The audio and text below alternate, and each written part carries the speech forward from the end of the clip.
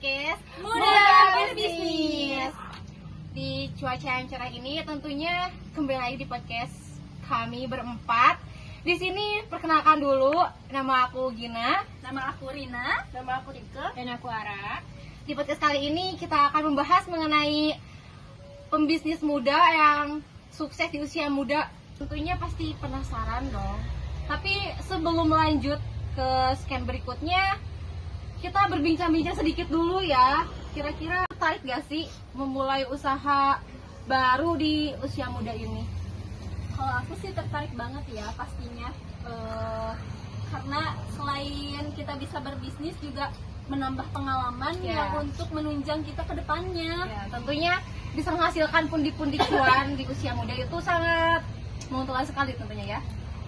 Kalau kamu tertarik gak sih untuk menjadi pembisnis muda? Aku juga tertarik sih, tapi aku tertariknya di bagian makanan. Soalnya kan itu kebutuhan sehari-hari. Ya. Soalnya bakalan peluang pendapatan itu lebih tinggi. Ya, betul.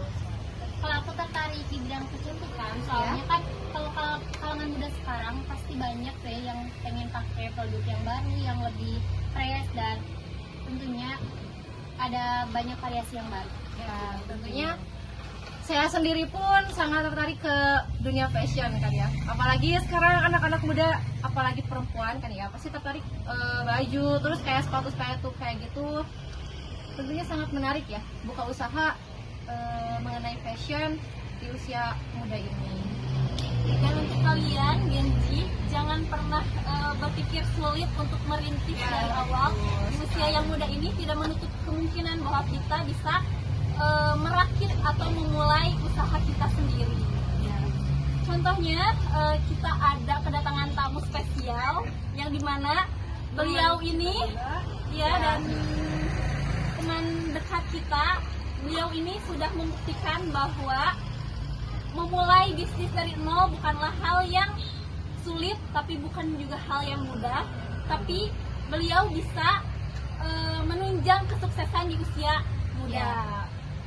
Assalamualaikum warahmatullahi wabarakatuh. Untuk kali ini saya lagi proses pengambilan ayam untuk dibawa ke pemotongan. Dan sekarang ini lagi berada di Cicati Cikembar, lagi pengambilan ayam.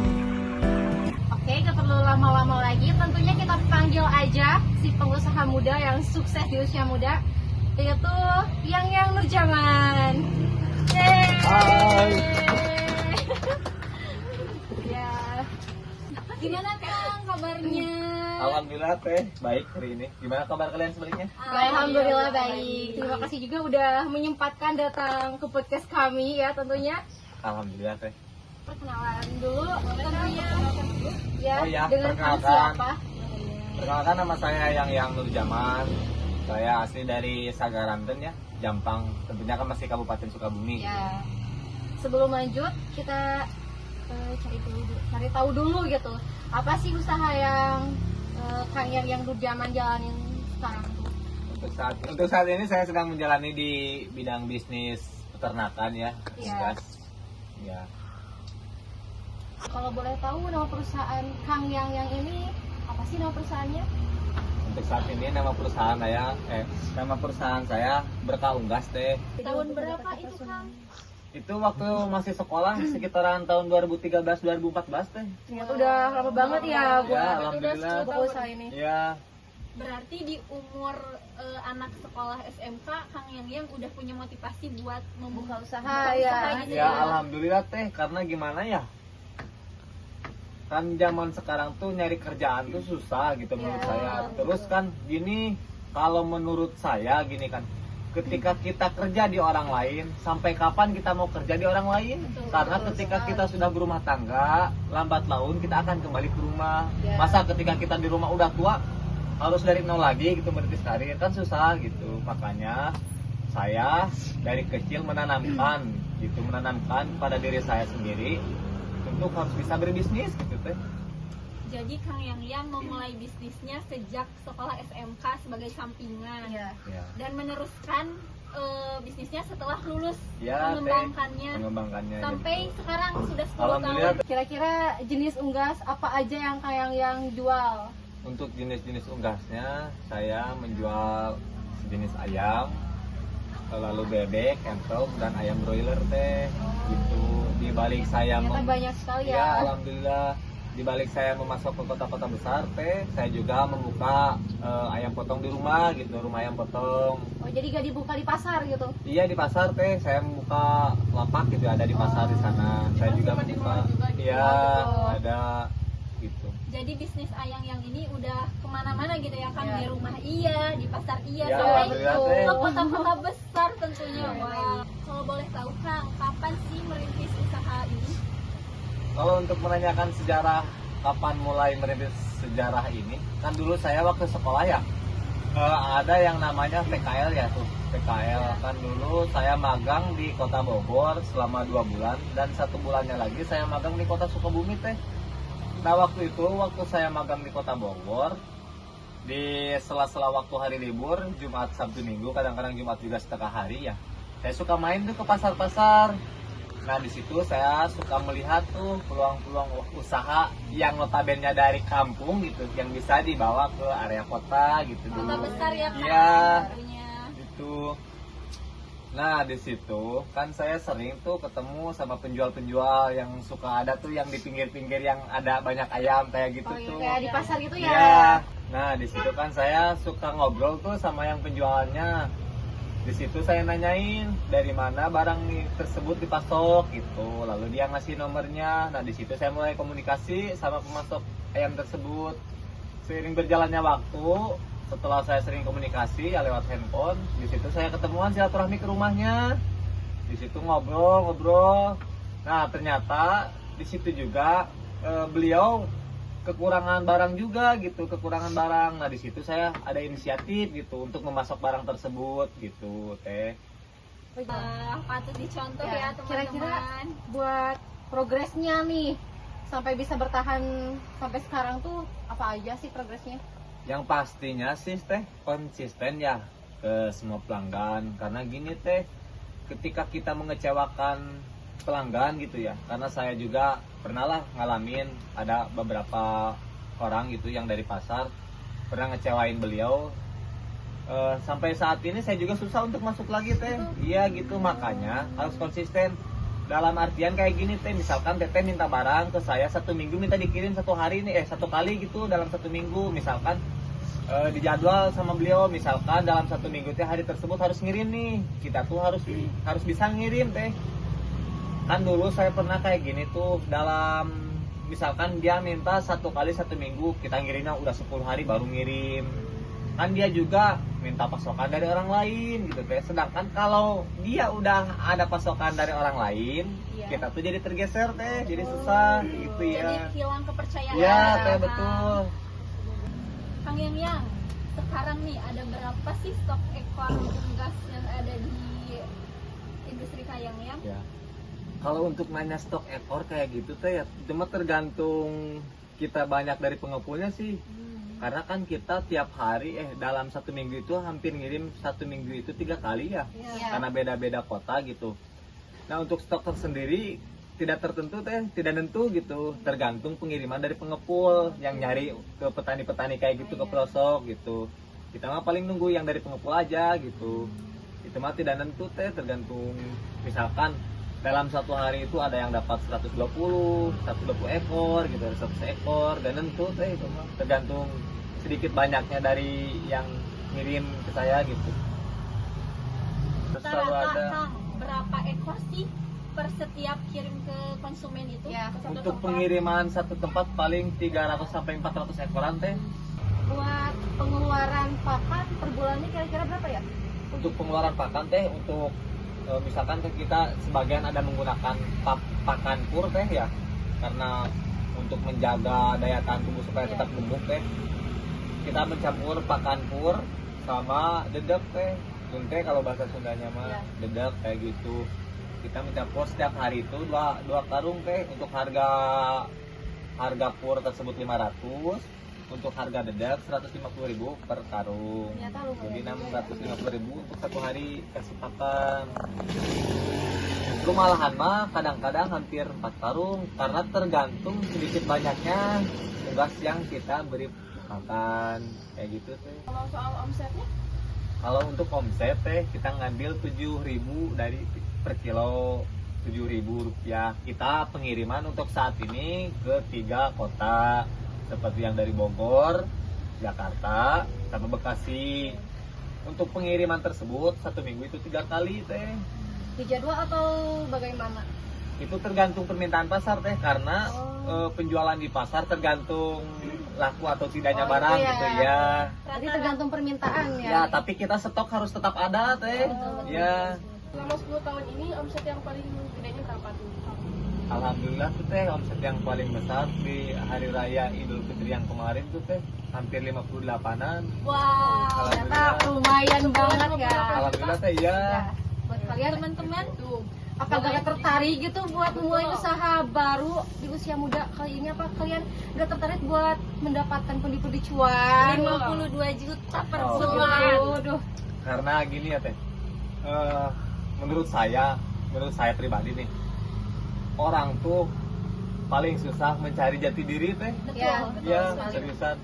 Karena gini, ketika orang sudah tahu, misalkan teteh nih, teteh sering jualan kosmetik nih, orang lain pun gak akan ragu lagi, misalkan, ih nyari kosmetik tuh kemana ya? Terina nih yang suka jualan kosmetik, misalkan si teteh ini jualan baju nih, nanti juga mereka juga gak akan ini lagi teh, gak akan ragu lagi gitu. Karena sudah percaya gitu ya, Iya. Kang, ya. Karena yang paling susah tuh mengenali jati diri kita sebenarnya. Tapi kira-kira susah gak sih buat dapetin konsumen? Di sekarang kan eranya kayak dunia bisnis tuh lagi banyak banget pesaingnya Ya, kan. betul teh ya. Menurut saya itu gampang-gampang susah teh ya. Karena gini, dulu juga saya emang gimana ya? Waktu penjualan pertama tuh sejarahnya, saya juga mulai pemasoknya mah ke 1 orang gitu. Sering masuk ke sosmed gitu ya. Ya, masuk ke sosmed, masuk ke grup-grup kayak jual beli kayak gitu tuh, jual beli Bogor misalkan kayak gitu. Nah, di situ saya sering share-share tuh, share dagangan saya di grup tersebut gitu. Nah, lalu di situ adalah sebagian orang yang minta, "Bang, itu barang dari mana?" katanya gitu. Lalu saya jelasin, "Ini barang dari Jampang, Pak. Kayak gini barangnya." Nah, di situ seringlah komunikasi, kita tukar handphone, tukar nomor gitu, tukar nomor WA, lalu komunikasi lanjut di HP gitu. Sampai dari orang ke orang Ya, menambah ya gitu teh, ya Ya. bener. Karena gini, itu yang konsumen dari Serang kan itu awal mulanya dia suka ngambil ke area Bogor, Ya. ke area Bogor yang sama juga ke area yang Sukabumi yang dari Ciandam. Nah, dia juga kan sering nanyain, ini barang dari mana? Dari Sagaranten, yang kiriman dari Sukabumi. Iya, Nanya lagi kiriman yang dari Bogor, "Bang, ini barang dari mana?" Dari Sagaranten gitu. Nah, sesudah itu dia langsung nyari langsung titik awalnya gitu barang tersebut. Alhamdulillah berapa hari ya? 2 hari kalau nggak salah. Ya orang yang dari Serang itu langsung main ke rumah, nginep 2 hari di rumah saya gitu. Karena pengen tahu gitu, gimana sih ini cara pengumpulannya, cara ngumpulin barangnya gitu, sampai bisa ngirim barang kayak gitu. Ada nggak sih Kang kesulitannya dalam bisnis peternakan ini? Paling kesulitannya gitu teh, yang ke satu untuk pengumpulan barang, yang kedua persaingan dalam jualan dari selisih harga. Ya teh, dari selisih harga kan gini, kalau sudah masuk harga barang dari Jawa kita susah teh, soalnya kalau dari Jawa seperti ayam joper, KUB dan ulu itu harganya di bawah ayam kampung asli teh. Kita susah untuk masuk bersaing di pasaran kayak gitu. Kira-kira apa sih tantangan yang Kang yang hadapin sekarang tuh? Kayak misalkan yang buka bisnis ini gitu. ya, Paling masalah terbesar untuk di bidang unggas ya, yang pertama pastinya penyakit teh. ya. Yang kedua untuk pemasaran kita suka kalah dari harga. Dan yang ketiga untuk pembayaran teh kita harus punya modal double Ya. gitu. Dan yang antisipasi yang pertama dalam penyakit itu kita menyediakan freezer teh, karena di rumah juga banyak freezer ya. Dan kita mencari resto-resto yang siap untuk menerima ayam karkas teh. Ayam karkas itu yang udah gak ada bulunya gitu, yang udah udah bersih kayak gitu. Nah, kita di rumah menyiapkan untuk ayam-ayam yang kadang-kadang kelihatan nih udah layu, oh ini mau mati misalkan sakit, kita potong, kita bersihin, lalu masukin plastik apa sih namanya, kedap udara tuh Vakum gitu. ya, gitu divakum dulu lalu dimasukin ke freezer. Ya. Jadi nanti ketika dikirim ke konsumen barang tersebut tetap fresh teh, gitu bagus si barangnya, paling kayak gitu. Apalagi kan sekarang kayak musim hujan kayak gini nih, rentan penyakit sebetulnya untuk unggas-unggas teh. Karena cuaca kan ekstrim dingin gitu. Kan untuk unggas jelek nih kalau cuaca kayak gini sebenarnya mah. Dalam 10 tahun terakhir tuh pernah ada kerugian gak sih? Ya paling kerugian kayak gitu teh dalam kematian. Misalkan kita pulang nih ke rumah, otomatis kan stok barang. Apalagi kalau dari entong tuh teh ada yang namanya penyakit MB teh, mata biru kalau bahasa ininya mah. Ya mata biru celeng kadang-kadang. Kalau entong dalam satu hari satu malam tuh teh, misalkan kita punya stok 200 ekor nih di kandang. Misalkan ada entong yang celeng misalkan 2 ekor, kita satuin semua satu malam bisa habis tuh teh. Kadang-kadang kerugiannya kayak gitu. Karena menular. Iya, nggak sangat ganas teh kan kalau dulu mah untuk unggas ayam ya jenis ayam yang disebut flu burung kan tuh ya. Oh, iya, Gitu betul. dulu mah flu burung. Nah ini sekarang juga sebetulnya ada. Itu mah khusus untuk entong dan juga bebek namanya. Itu MB, penyakit MB mata biru. Mata biru. Ya celeng kalau bahasa Sundanya mah teh. Iya, jadi rentan mata biru gitu, penyakit yang menular bagi Iya. si unggas gitu. Sangat mematikan, itu tuh lebih dari ayam sebetulnya. Kalau ayam makan, kalau dari ayam apa ya namanya flu burung kan suka kelihatan tuh kalau dari flu burung sakit dulu ya, lalu mati gitu. Kan kalau endog mah enggak, misalkan mata biru makan masih normal, minum masih normal, tapi malam langsung mati kayak gitu. Berarti lebih susah lah itu. Iya, lebih Ini susah itu teh. Harus dimusnahkan dulu semuanya, harus dipotong dulu, dibersihkan, sterilkan dulu di kandang gitu. Jangan sampai menular gitu. Kerugiannya sampai berapa kang kadang?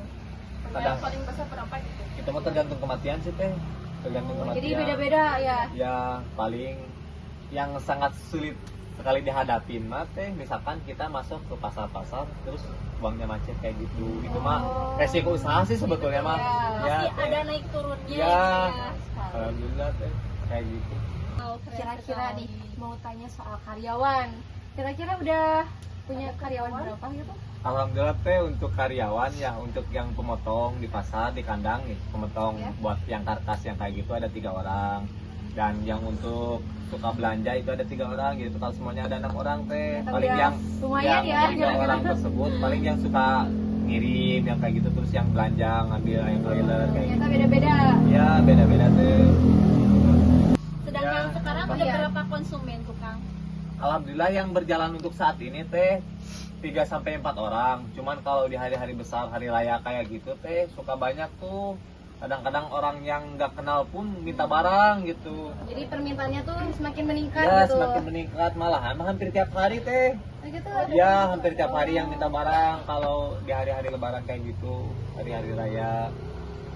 Sayangnya ada nggak sih target untuk 10 tahun ke depan bisnis ayam yang mau bikin apa atau berkembang sejauh mana gitu Kang? Apa mau buka cabang baru lagi gitu? Ya betul. Untuk apa ya? Untuk planning kedepannya sebetulnya saya sudah mempunyai rencana sih sebetulnya. Tinggal menunggu modal aja sebetulnya. Tetapi tidak semudah yang saya pikirkan gitu, karena memerlukan modal yang sangat luar biasa lah, sangat gede. Saya mempunyai planning ingin menjadi broker sebetulnya. Apa itu broker ayamnya? Broker itu seperti apa ya? Misalkan teteh nih mau belanja kebutuhan ayam misalkan. Nah teteh sebelum ngambil ke kandang ke PT tersebut melalui saya dulu gitu teh. Melewati saya nanti saya sama marketing yang konsultasi sama PT tersebut yang mencari info gitu. Misalkan teteh mau ngambil ayam ke saya, nanti saya tinggal ke PT, misalkan kerjasama dengan PT Popan kita nih. Nah kita nanti tinggal konsultasi sama PT tersebut dengan marketingnya, tinggal nanya hari ini panen kandang mana misalkan kayak gitu teh. Nanti tim marketing memberitahu ke info kepada saya. Nah lalu saya memberitahu ke PT, karena sangat cukup menjanjikan gitu teh. Duduk manis di rumah tidak tahu apa-apa, memiliki keuntungan Rp500 teh dalam per kilo, tetapi tidak tahu apa-apa, duduk manis di rumah diam main HP. Hanya jadi perantara Iya, saja hanya dari gitu ya, Kang. gitu teh. Tapi pastinya harus udah punya kepercayaan terhadap Ya, supplier dan gitu. konsumen. Konsumen. Ya. Yang pastinya kita juga harus menanam dulu modal di PT tersebut teh, paling sedikit, soalnya sekarang membutuhkan uang Rp500 untuk menanam itu. Semoga bisa tercapai ya Kang di bulan Amin, ini. amin, alhamdulillah, Ya. amin. Semoga kita semua juga bisa jadi Termotivasi. pengusaha muda. Amin. Ya kalau kayak gitu, aku mau tanya nih, buat generasi muda ada saran gak sih yang baru mau terjun gitu ke Ya. dunia? Bagus sekali teh itu pertanyaan.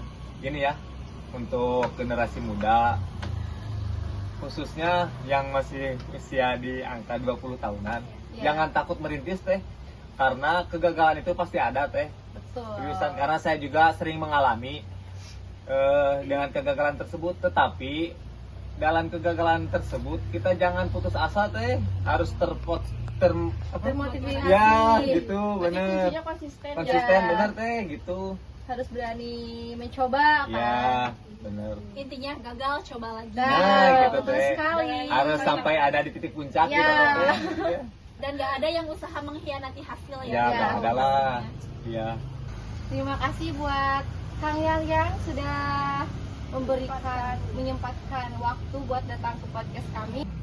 Tentunya bisa memotivasi kita semua buat jadi pengusaha muda yang Konsisten. yang konsisten, yang tentunya tidak pernah menyerah kan.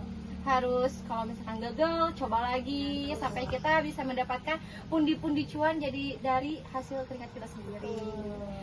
Sekian dari kami dari podcast Muda Berbisnis, dan tunggu podcast selanjutnya, dan terima kasih buat kalian yang sudah menonton dan mendengarkan dan sudah menyempatkan waktunya. Betul. Tunggu podcast selanjutnya. Wassalamualaikum warahmatullahi wabarakatuh.